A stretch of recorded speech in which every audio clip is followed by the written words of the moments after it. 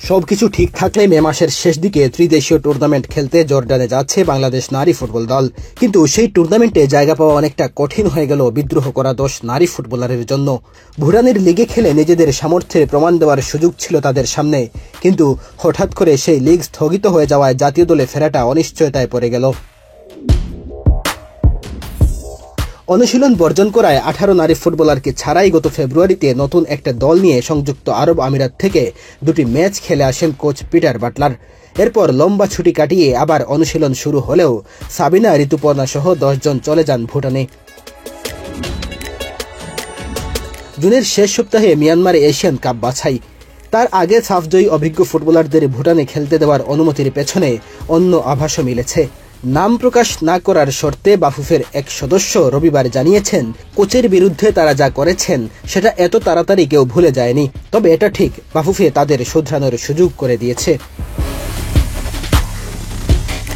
বাফুফের আরেকটি সূত্র থেকে জানা গেছে, কোচ পিটার বাটলারের বিরুদ্ধে বিদ্রোহ করার ক্ষেত্রে কলকাঠি নেড়েছিলেন যারা, তাদের নেতৃত্বে ছিলেন ভুটানে খেলতে যাওয়ার জন্য ছাড়পত্র পাওয়া 10 নারী ফুটবলার।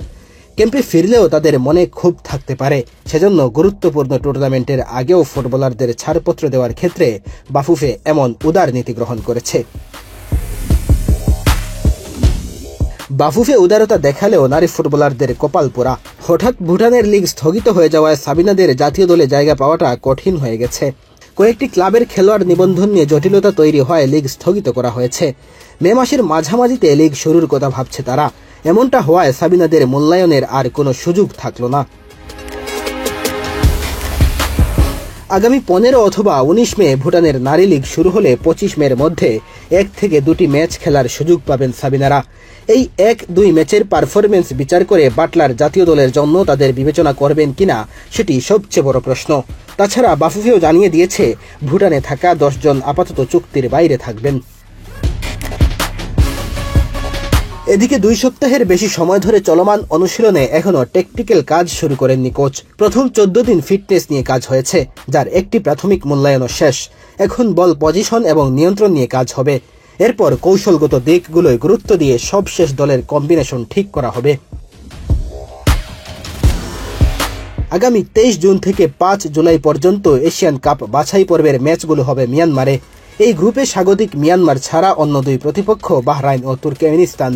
সেই টুর্নামেন্টের আগে ইন্দোনেশিয়া ও জর্ডানের বিপক্ষে ম্যাচ খেলবে আফিদারা। প্রথম ম্যাচ 31 মে এবং দ্বিতীয় ম্যাচ 3 জুন। 2টি ম্যাচই হবে জর্ডানের রাজধানী আম্মানে। মেহেদী হাসান তালহা, বাংলাদেশ প্রতিদিন।